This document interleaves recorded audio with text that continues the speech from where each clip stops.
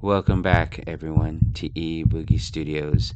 Imagine yourself in 1953, and you don't have a television just yet, and you're listening to a radio broadcast from a series called Suspense. Hope you enjoy.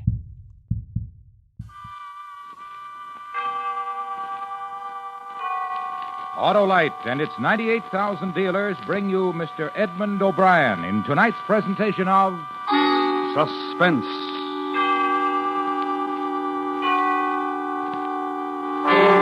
Tonight, Autolite presents a true story as we dramatize the diary of a man whose unfortunate task it was to set down a report on the death of his friends.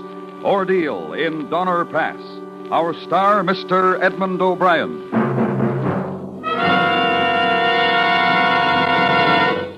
Well, Harlow, tomorrow's the day. Yes, Senator, the day when a lot of people will step on the starter and find that their batteries are as dry as a campaign speech because they forgot to keep them properly filled with water. I mean Election Day, Harlow. Right. The day when thousands of wise drivers will elect to get an Autolite Stay Full, the battery that needs water only 3 times a year in normal car use. I'll vote for that. And that Autolite Stay Full is a long time in office.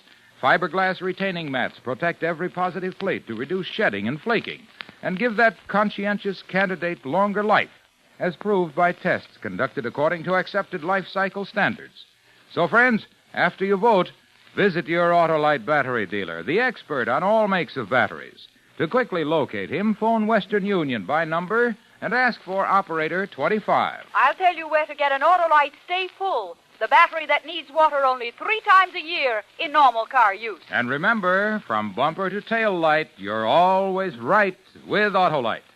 And now, Autolite presents Ordeal in Donner Pass, starring Mr. Edmund O'Brien, hoping once again to keep you in suspense.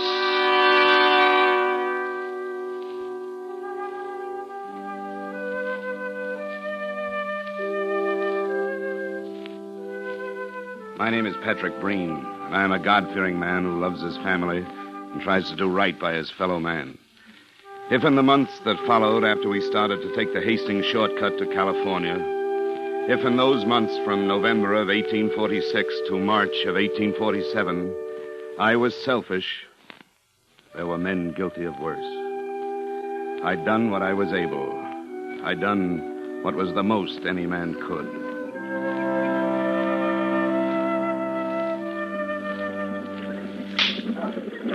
If we had have read the signs right, it wouldn't have happened, maybe. When Keysburg left the old man, Mr. Hardcoop, behind to die. When Snyder attacked Mr. Reed, and Reed killed him and got banished from the caravan, sent out alone without wife and child. If we saw the signs of losing all those cattle in Truckee meadows, and the Indians sneaking up and killing half the rest, we would have seen the hand of nature working against us. And the crazy task of clearing a road through the Sierra Mountain wilderness by hand. 30 miles of road. We should have seen the signs. But the Donner Party only saw Missouri where they came from, and California where they was going. We didn't see in between. Well, what's the trouble? What's the matter? Something go wrong again? Mr. Eddie is for trying to get over the pass again. Oh, I say it's crazy. Temperature must be near to freezing. And it gets worse near the summit, up near the pass. Well, I got my wife and children to think about, Mr. Donner. And so do I, Mr. Graves. And think about 'em. Don't stop here. You'll save their lives if you don't stop. It's colder and colder, Mr. Eddie. I tell you, get out of these mountains now. We'd have to leave most of our goods behind. And leave your goods. Leave our goods? As well leave our money. And your money. You talk madness, Mr. Eddie. What would we start our lives with in California? Don't be fooled. Mr. Eddie, you'll make trouble for yourself. Look at the health of our party. The exhaustion, Mr. Eddie. Look at it. I'll look at dead bodies if you don't move on. I know that. But it's always been what could happen. Only some of my children, they complain. They need rest in a regular camp. And mine, too. And my wife. The last bluff we lowered our wagons over, we didn't have the energy to keep them right. Someone crashing down, supplies and all. The men just don't have the heart for it. You'll die. There's no going back to the Salt Lake. Some died there already. try. At least try going over the pass again. Hastings' route was a pack of lies. We'll take another route. Look up, Mr. Eddie. Look up to the face of the summit. Snow, solid snow. No marks or signs. It's snowing again. And if we stay, it'll swallow us up. And look at the faces. Human bodies can only work so much, Mr. Graves. And no more. Only so much. It calls for a vote. No, not yet. Why a vote? No more argument. It wastes time. No, you gotta listen. We gotta talk some more. You gotta understand. Take your hands off Come on, me. stop it. Stop it. All right. All right, call your vote. Call the vote, Mr. Breen. Listen. The question is, do we go on for another try over the pass or stay? There's no going back. Mr. Donner? To stay. Mr. Graves? To stay. Mrs. Reed, with your husband gone, you have a man's vote. To stay, I suppose. I don't know. I cast no vote, Mr. Breen. Mr. Murphy? Mr. Keysburg?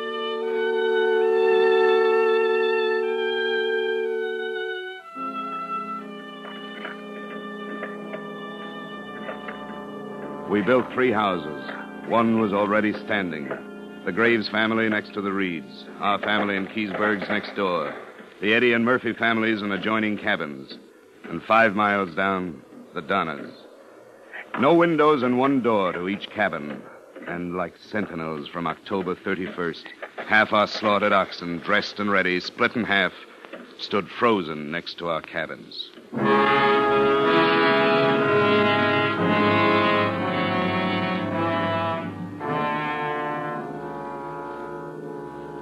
On Friday, November 20th, 1846, I began my journal. We now had killed most part of our cattle, having to stay here until next spring and live on poor beef without bread or salt. It snowed during the space of 8 days with little interruption.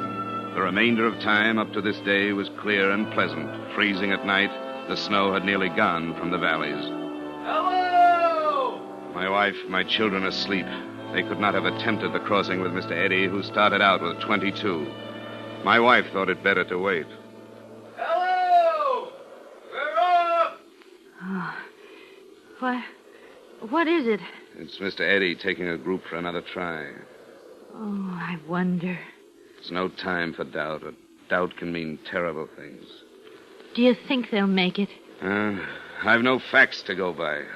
Mr. Eddie's a courageous and daring man. Will they make it?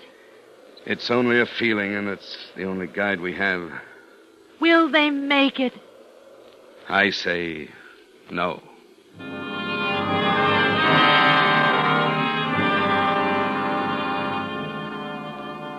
On November 26th, I slaughtered my last team of oxen. After this beef was gone, maybe Mrs. Eddie would sell me some of hers. There were some mules, there were dogs, and we waited.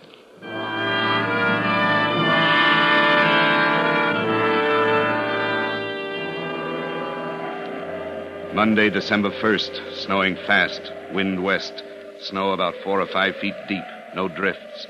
Looks as likely to continue as when it commenced. No living thing without wings can get about.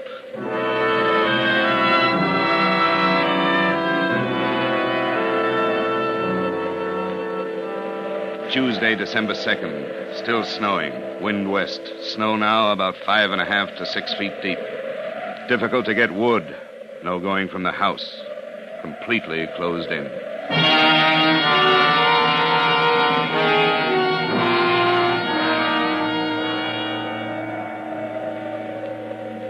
Eight days of storm and not seeing or hearing a word of life or death.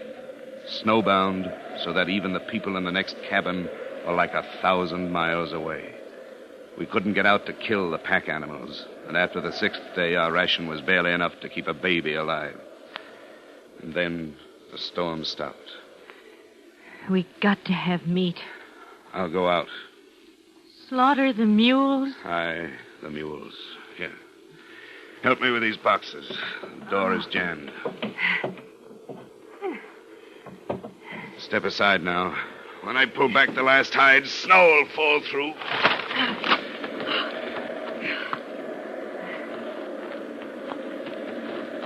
Graves? They're gone. They're gone. What are you talking about? We didn't tie the stock. They ran off the stock. Oh, no. They couldn't have gone far, not in this storm. They gotta be here. Look for the tracks. Tracks would be gone, covered up. We should have tied them. Yeah, we should have tied them up. I can't dig anymore. Mr. Breen, Mr. Graves, Bayless Williams is dead. Will someone help take him from our cabin? Graves, will you help? I cannot. I gotta save my strength. I cannot. Come, Mrs. Reed. We'll give Bayless Williams the final rest, poor man.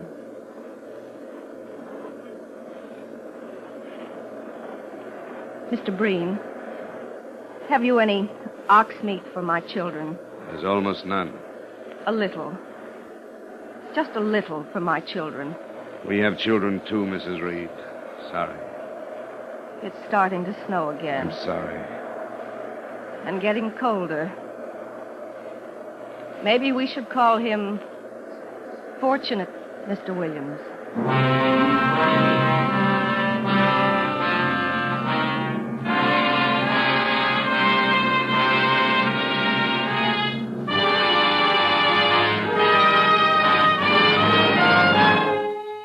Autolite is bringing you Mr. Edmund O'Brien in Ordeal in Donner Pass.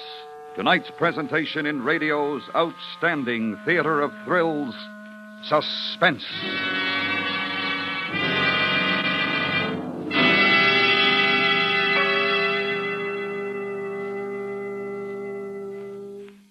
Say, Harlow, who do you think will win tomorrow? Why, the man with the Autolite Stay Full battery, Senator. You just can't lose with that rare, rugged, and reliable battery that states right on the case. Needs water only 3 times a year in normal car use. But both candidates have an Autolite Stay Full, Harlow. Then they have long-term power insurance, Senator.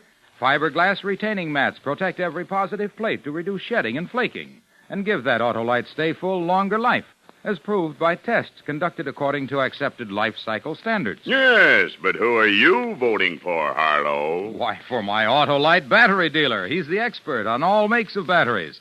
And if a replacement is needed, he'll recommend an Autolite Stay Full, the battery that needs water only 3 times a year in normal car use. To quickly locate him, phone Western Union by number and ask for Operator 25. That's right. Call me Western Union Operator 25. And remember, from bumper to tail light, you're always right with Autolite. And now, Autolite brings back to our Hollywood soundstage Mr. Edmund O'Brien in Elliot Lewis's production of Ordeal in Donner Pass. A true report, well calculated to keep you in suspense.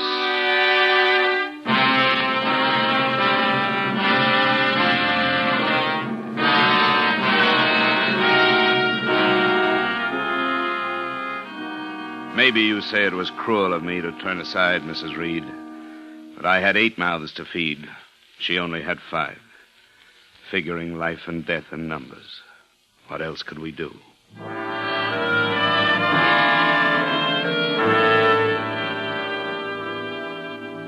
December 31st, 1846. Last of the year. With God's help, we spend the coming year better than the past, which we propose to do.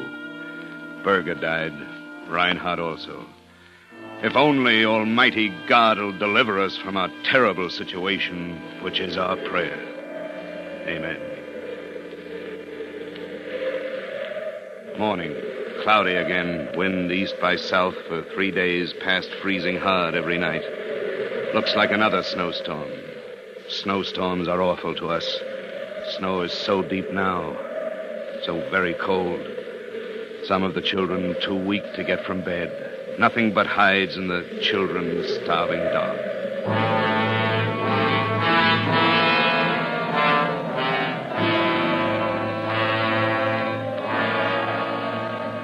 Sunday, January 3rd, 1847. Freezing at night. Wind about east. Mrs. Reed talks of crossing the mountains with one of her older children, leaving others behind. Provisions scarce. I have no right to ask you. But it's for their sake I must go. No, not alone, Mrs. Reed. With Milt. No. And Eliza and Virginia. 10 strong mountain men couldn't do it now. I must. There isn't enough for all of us. Can I leave James with you? I'm going for bread, Tommy. To get bread for you and everybody. Shh, child. What of Tom? To the Graveses. Will they take him in? I can only ask. Will you help me take him over? Hurry, Mr. Breen. For God's sake, hurry.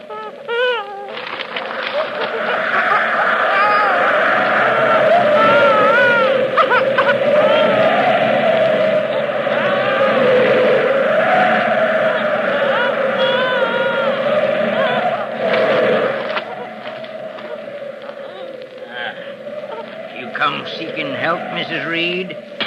The fine and dandy Mrs. Reed? I only ask you, with some charity, take in my baby, Tom. We got nothing to share with the son of your husband. Cut out your tongue, Mr. Graves. This isn't your concern, Mr. Breen, none of it. I've taken in James. And it's your bad luck. How can you talk so selfish? We're all of us one problem, all to help each other. We're more alone than ever, alone. When the man who fights the hardest wins his life and life for his family. You ask a price? There's still some animal hides on the roof of your hut. I thought to share them for all the children. And let the others care for your precious baby. Mr. Breen? He can have some of them you give me. And there's silverware you brought. A foul mind and a foul body. No fouler than the stink of your own cabin and living like animals. But you become one. And then there's a golden bracelet my wife saw you wear. You can have it. And fine linen cloth. Any of them. Enough! Shut up! You ask for another thing and I turn my hand against you. I'll kill you if you ask for another thing. Please, Mr. Breen. I got all I want. I got all I need.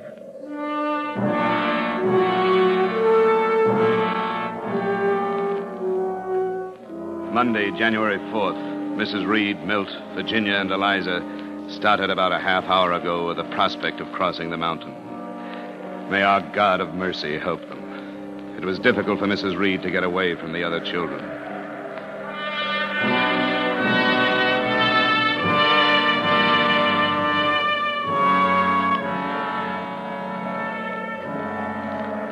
Friday, January 8th, wind east, froze hard last night. Very cold this morning. Mrs. Reed and company came back this morning. Could not find their way on the other side of the mountain. They have nothing but a few hides to live on.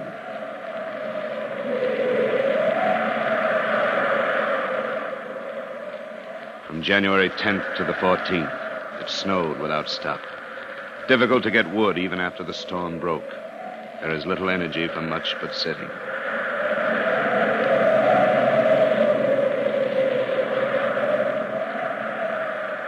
Saturday, 23rd. Blew hard and snowed all night.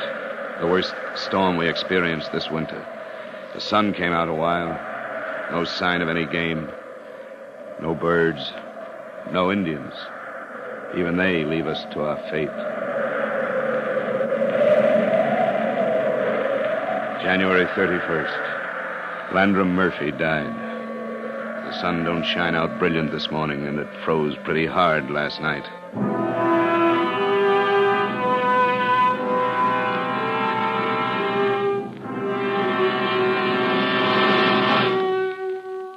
February 21st, 1847. We sat in our cabin. The hides was rotting from the heat inside and snow on top of them. But even those we boil and eat. We hear from the Donnas up the trail. Old Jacob Donna is dying. Many were dying. Patrick, how long can we last? Not long if all we talk of is death. What was that? Something's happened. Gone mad? Have some gone mad? No, I think it's more. Who are they? Who? Are we saved? Oh, God, dear God, are we saved? Hello there. Are you an angel or are you real? We're real. My name is Rhodes. Who sent you? How have you come to us? Reed told us. He got us to come. Reed? The man we banished, God forgive us. The man we cast out. You brought food. Some flour, some salt. We had to leave a lot behind. Enough to get us over the mountain? How many are there? Maybe 40, including children. Well, don't you know for sure? Every night there's less. We hardly see each other for days at a time. Keep that man away from the pack. Food, flour, I'm going to have food. You'll kill yourself if you eat too much. Put a guard on the food. We'll give out what we can. Not all of it. There's got to be enough left to go back. For how many? Maybe 20 of us. Not all of us? Well, all of us go. None of us will make it.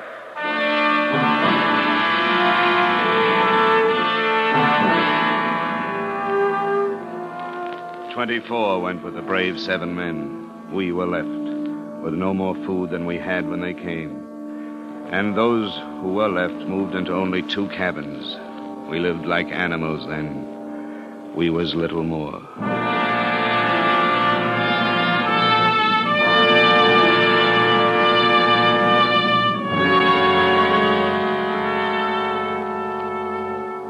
March 13th. Now I remember the day by counting it out, but I hardly knew then. I can't stand the filth, the smell. We'll freeze if we go outside. Build a fire on the snow. If the others help, we can. At least not to live in a room with the dead.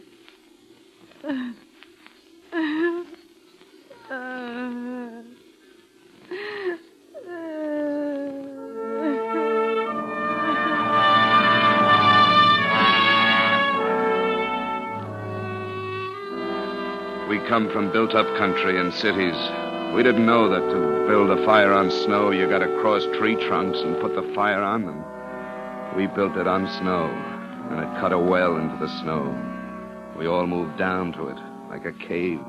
We was too weak to move from the wet ground, too sick to care. At least it protected us from the wind. 14 of us was all that was left alive. My wife, Peggy, Mrs. Graves, and her baby. What did you have there? No, nothing. Nothing. You hid something under your shawl. I didn't hide anything. You put something to your mouth. No. No. You got some food.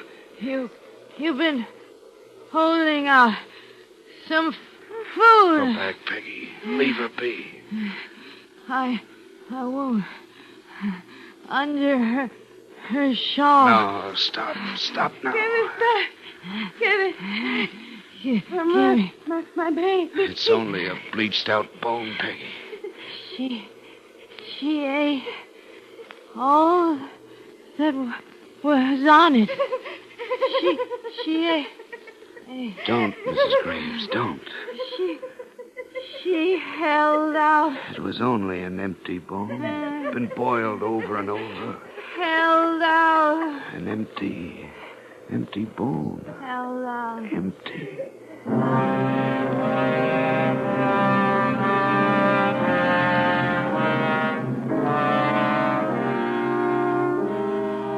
Mrs. Graves' baby died that night, and in the morning, her 5-year-old son. Life went from her altogether, and she died by the time the sky was light. We did not have energy to take them out of the pit because we didn't have no energy to get out ourselves.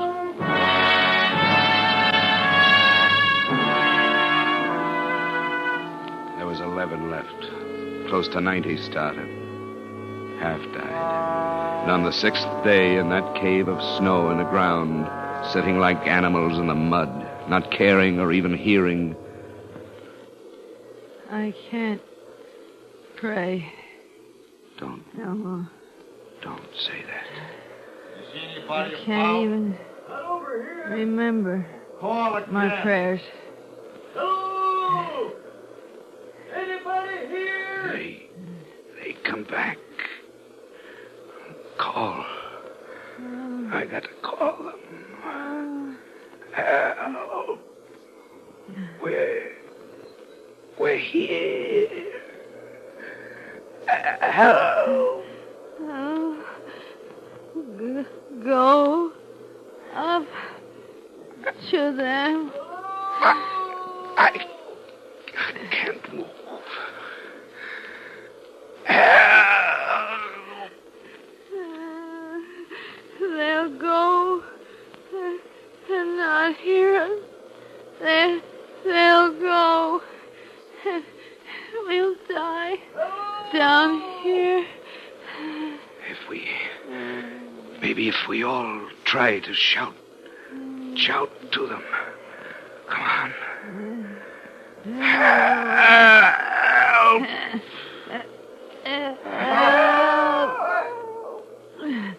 Hear it? It's from over there. Come on. Here. Down here in this hole.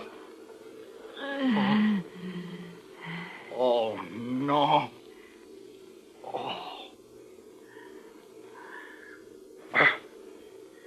We'll take you out. Don't worry. We'll take you out.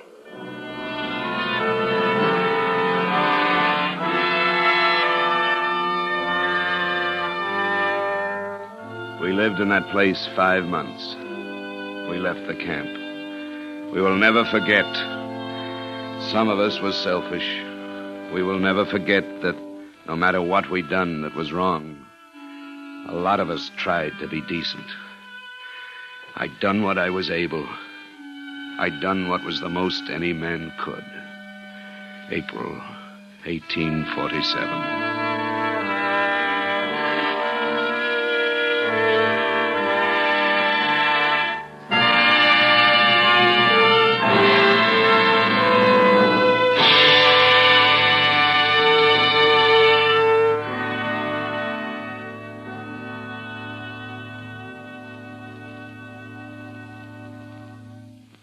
Suspense, presented by Autolite. Tonight's star, Mr. Edmund O'Brien. Harlow Wilcox again, speaking for Autolite, the world's largest independent manufacturer of automotive electrical equipment, in 28 plants from coast to coast, where Autolite makes over 400 products for cars, trucks, tractors, planes, boats, and industry. These products include horns, bumpers, recording thermometers, and batteries such as the famous Autolite Stay Full, ignition-engineered Autolite spark plugs, both standard and resistor types, voltage regulators, wire and battery cable, Autolite Bullseye sealed beam units, and Autolite original service parts for all Autolite electrical systems. Autolite is proud to serve the greatest names in the industry. So, from bumper to tail light, you're always right with Autolite. Next week, a true story taken from Captain Walter Kerrig's Battle Report, Korea. The facts concerning the mine-clearing operations in Wonsan Harbor. Needle in the haystack. Our star, Mr. William Holden. That's next week on Suspense. Suspense is produced and directed by Elliot Lewis, with music composed by Lucian Morowick and conducted by Lud Gluskin. Ordeal and Honor Pass was adapted for Suspense by Arthur Ross.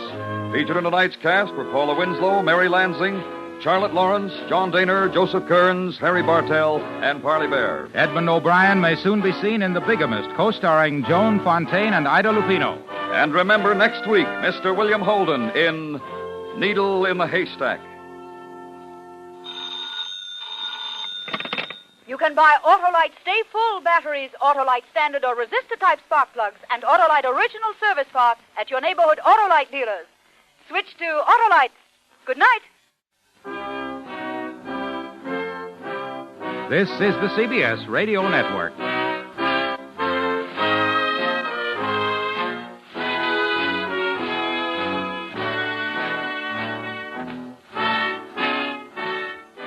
This is the end, my only friend, the end. I hope everyone enjoyed today's episode. Share with a friend, like and subscribe, and go ahead and leave me a comment. And thank you again to all my veterans out there. Thank you for your service. God bless you. I love you guys. Peace.